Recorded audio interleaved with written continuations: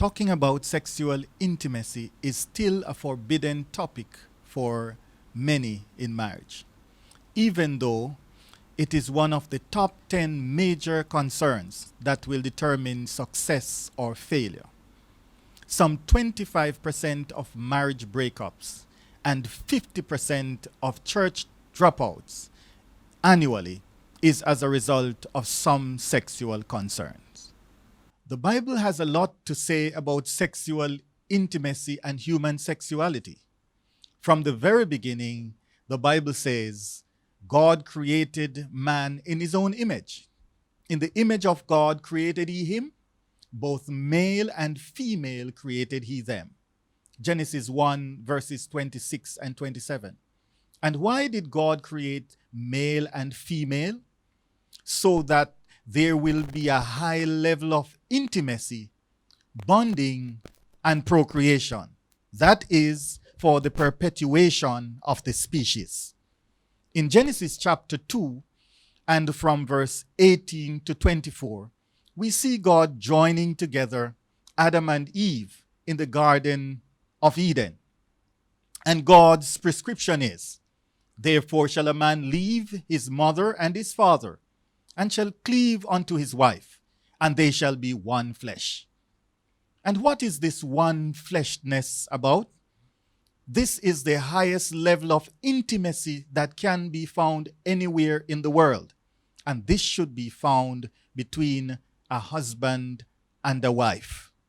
This one fleshness is not just speaking of the deep physical intercourse between a husband and a wife, but it speaks also to the spiritual, social, emotional, financial, and every level of intimacy that can exist between a man and a woman. From a simple reading of the scriptures, it is very clear that sexual intimacy must be between a man and his wife, male and female. Anything else is contrary to God's plan.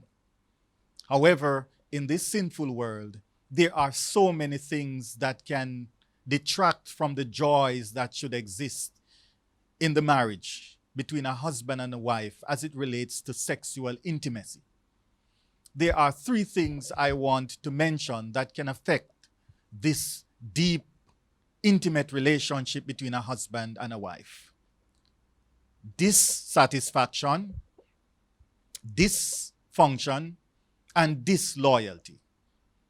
In another presentation, I could speak to you about dissatisfaction and dysfunction. But today, I want to make mention of disloyalty or unfaithfulness. What does the Bible say about unfaithfulness? In Exodus chapter 20, the Bible says, "Thou shalt not commit adultery." And in the New Testament, Paul says in Corinthians, "Flee fornication."